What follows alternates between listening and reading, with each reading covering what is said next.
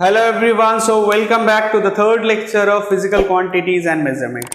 In the previous classes we have already learned about what is density, measurement of density, relative density and some numericals. In today's class we are going to start with hydrometer. तो सबसे पहले देखेंगे कि hydrometer बोलते किसको है. Hydrometer क्या है? As an instrument used to measure the relative density of a liquid.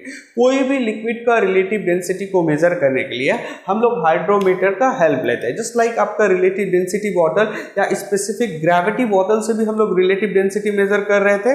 यहाँ पे आपको हाइड्रोमीटर से भी हम लोग क्या करते हैं? रिलेटिव डेंसिटी मेजर करते हैं. ठीक, तो उसका कंस्ट्रक्शन कैसा है, उसका पूरा प्रोसेस कैसा है उसको देखेंगे.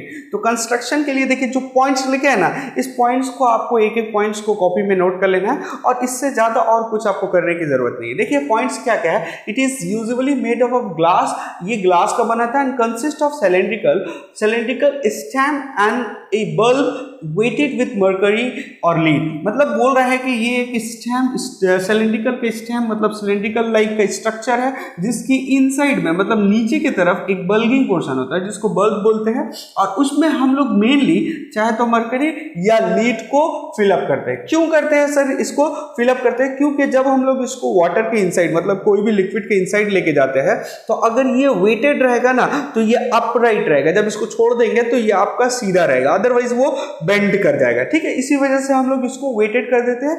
किससे करते हैं?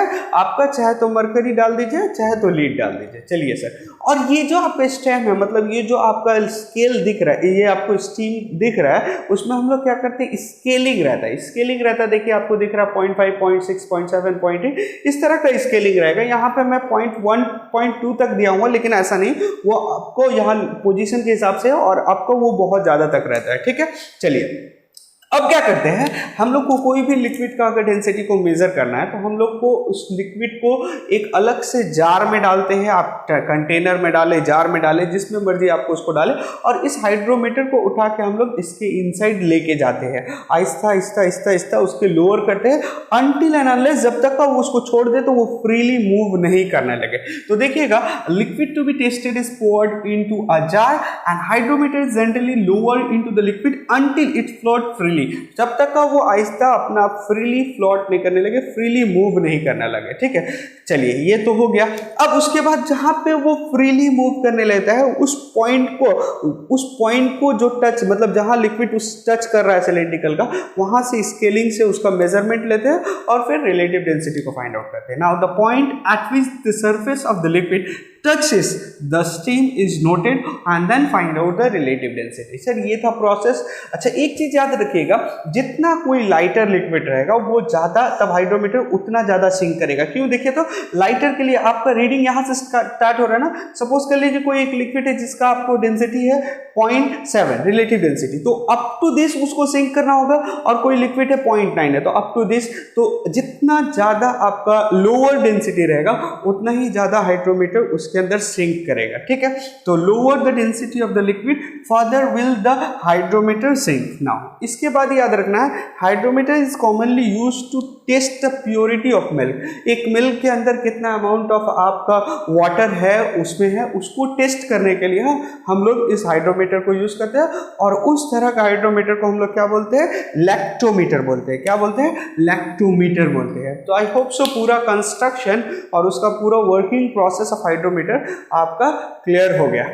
अब हम लोग फ्लोटेशन एंड सिंकिंग को देखेंगे. कब कोई ऑब्जेक्ट क्या है कोई लिक्विड के अंदर सिंक कर जाता है, कब उसके अंदर सिंक नहीं करेगा, उसके ऊपर फ्लोट करेगा. ठीक है, तो हम देखेंगे ये एक्चुअली डिपेंड करता है उस बॉडी का डेंसिटी पे.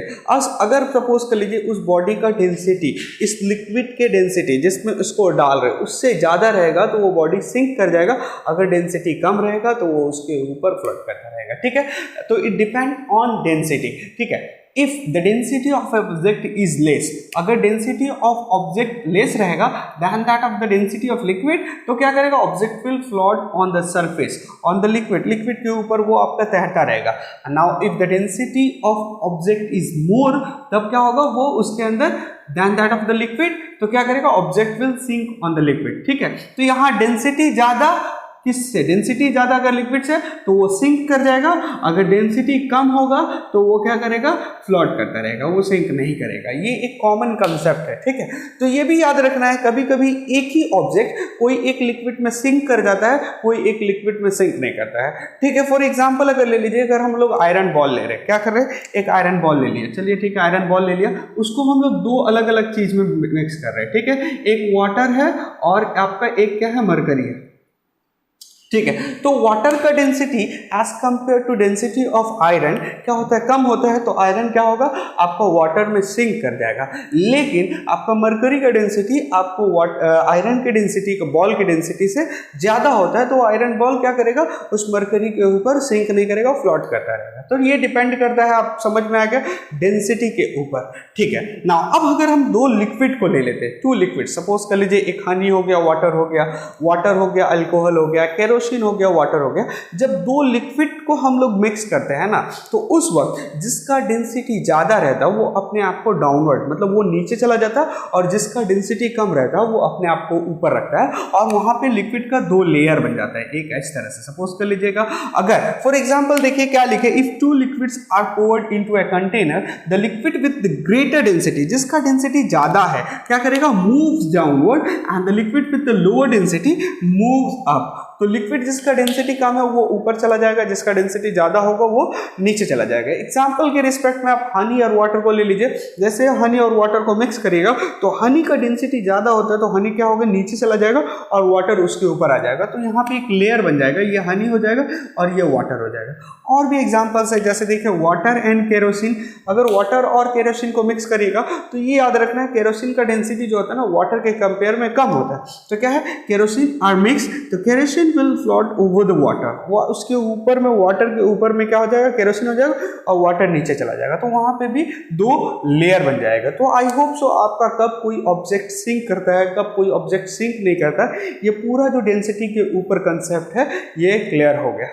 ना एप्लीकेशन ऑफ फ्लोटेशन देखते हैं कि आपको इतना तो पता है, कोई भी ऑब्जेक्ट का अगर रिलेटिव डेंसिटी वाटर के डेंसिटी से कम है, रिलेटिव डेंसिटी अगर 1 से कम है, तो वो क्या करता है, उसके ऊपर फ्लोट करता है, और उसका ज़्यादा रहेगा तो वो आपका उसके अंदर सिंक कर जाएगा। तो इस कंसेप्ट से हम रिलेटिव डेंसिटी का कंसेप्ट से रिलेटिव डेंसिटी फाइंड आउट करके, अगर हम लोग को कोई चीज़ का स्विमिंग का कॉस्ट्यूम बनाना या कोई भी चीज़ बनाना, तो हम लोग उसका डेंसिटी के या ऐसा मटेरियल को यूज़ करते हैं जिसका रिलेटिव डेंसिटी 1 से नीचे हो, जिसकी वजह से वो उसके ऊपर फ्लोट करता है, ठीक है। Now if relative density of an object is less than 1, the object float on the water, float on the water होगा। उसी वजह से हम लोग कोई भी वैसा मटेरियल्स होगा उसको हम लोग वैसा चीज से बनाएंगे, ऐसा ऑब्जेक्ट को लेंगे जिसका रिलेटिव डेंसिटी क्या होगा, आपका लेस देन 1 होगा। चलिए ये हो गया। नाउ अब देखिए सी वाटर एंड रिवर वाटर में थोड़ा सा वेरिएशन होता है। सी वाटर आप देखिएगा जिसमें सॉल्ट का क्वांटिटी ज़्यादा होगा, सॉल्ट का क्वांटिटी ज़्यादा मतलब डेंसर ज़्यादा हो जाएगा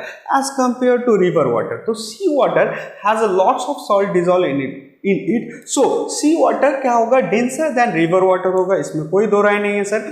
चलिए, तो उसी वजह से जो इसमें जितना ज़्यादा डेंसर रहता है ना, उसमें आपको स्विम करना उतना ईजी होगा, क्योंकि वो उतना ज़्यादा आपका डेंसिटी ज़्यादा, तो आप नीचे चले जा रहे हो, आपको उतना डेंसिटी, आपका उतना वेट को काउंटर कर सकता है, ठीक है। सो सी वाटर में आपको तैरना, स्विम करना एज कंपेयर टू रिवर आपका ईजी होता है। क्यों होता है, ये एकदम क्लियर है, क्योंकि रिवर के कंपेयर में सी का वाटर जो होता है उसका डेंसिटी ज़्यादा होता है, जिससे हम लोग को स्विम करने में हेल्प होता है। चलिए ये भी ठीक है सर।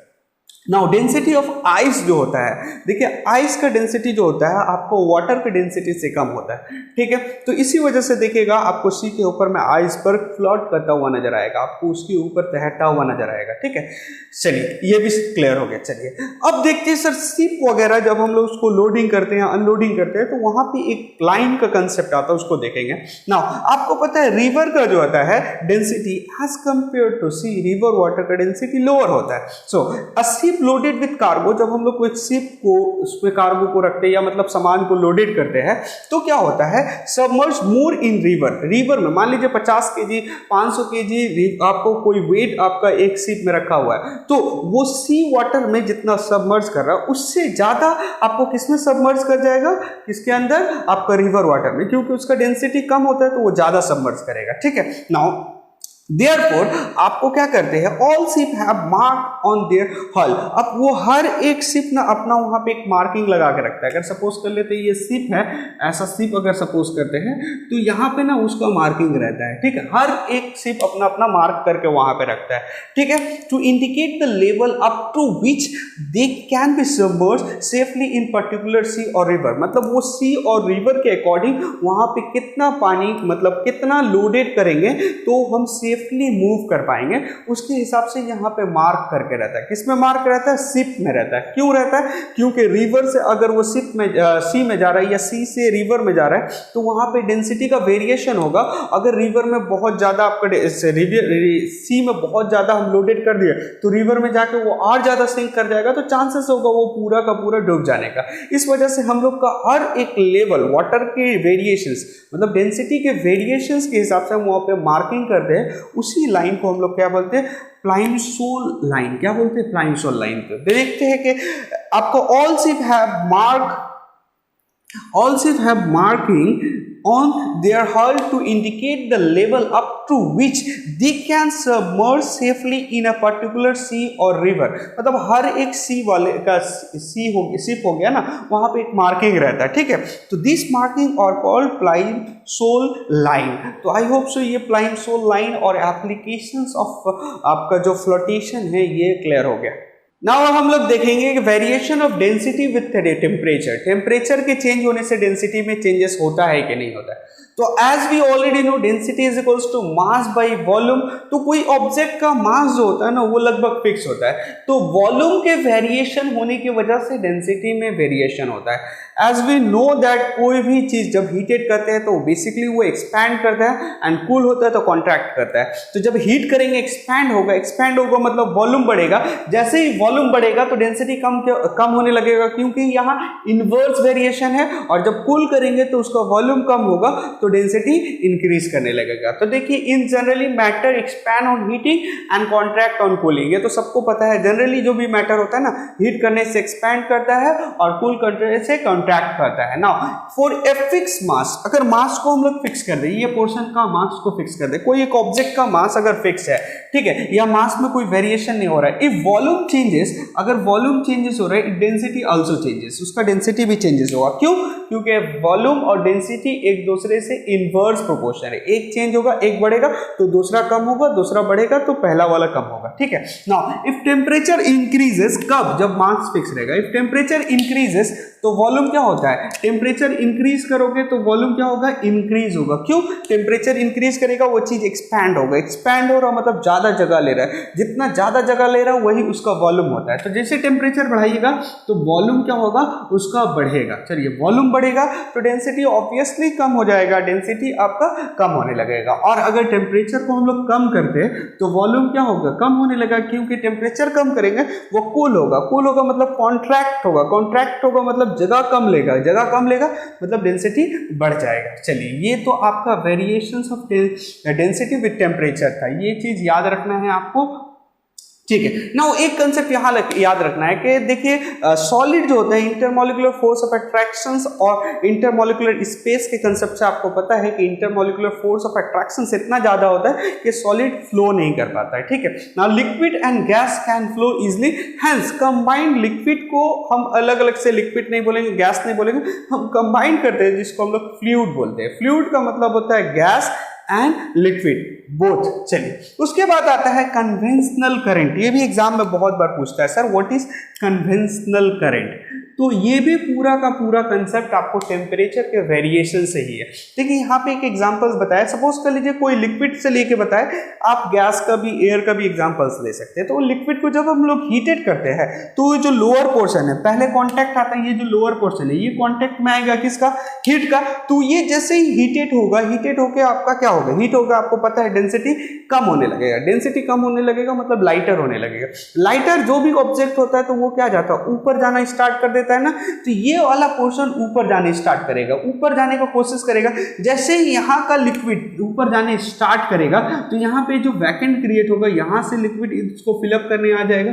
तो देखिए आपको हीट होके, हीट गेन करके लिक्विड अबव जा रहा है और जो आपका लेस हीटेड है वो आपका यहाँ पे आ रहा है। ये एक तरह का सर्कुलेशन स्टार्ट हो जाता है, इसी को हम लोग लोग कन्वेंशनल करंट बोलते हैं, ठीक है। तो इसको देखिए कैसे लिखे हैं, फ्लूइड एक्सपैंड ऑन हीटिंग, ये सबको पता है, on expansion the density of the heated portion of the fluid decreases, यहाँ का डेंसिटी डिक्रीज होगा और ये लाइटर हो जाएगा, and become lighter, moves upward, और वो मूव्स अपवर्ड करने लगेगा, ठीक है। Now the cooler portion of the liquid being denser and heavier, यहाँ का पानी और यहाँ का लिक्विड जो है वो क्या होगा, डेंसर होने की वजह से ये आपका आहिस्ता आहिस्ता क्या करेगा, हेवियर होने की वजह से वो डाउनवर्ड आने लगेगा, moves downward. This constant upward and downward circulation of fluid is called conventional current. तो एग्जाम में पूछेगा, इतना लिख दीजिएगा, that's enough with the diagram, इससे ज्यादा और आपको कुछ लिखना नहीं है। Now comparisons of densities in the three state of matter, हमको पता है स्टेट का 3 state, solid, liquid and gas, किसका डेंसिटी ज़्यादा होगा, किसका कम होगा, इसका कंपैरिजन करेंगे, और वो कौन सा फैक्टर है जिस पे डेंसिटीज आपका डिपेंड करता है। तो हम देखें सॉलिड, लिक्विड एंड गैस, इस तरह से लिखे, तो सॉलिड का सबसे ज़्यादा डेंसिटी होता है, उसके बाद लिक्विड का होता है, उसके बाद आपका गैस का होता है। मतलब एक स्पेसिफिक वॉल्यूम में सबसे ज़्यादा आपका मैटर जो होगा सॉलिड में होगा, उससे कम लिक्विड में होगा, और सबसे कम जो होगा वो गैस में होगा। तो इसका रीजंस क्या है, दो ही फैक्टर आपको याद रखना है, एक इंटरमॉलिक्यूलर स्पेस, एक दूसरा होता है इंटरमॉलिक्यूलर फोर्स ऑफ अट्रैक्शंस।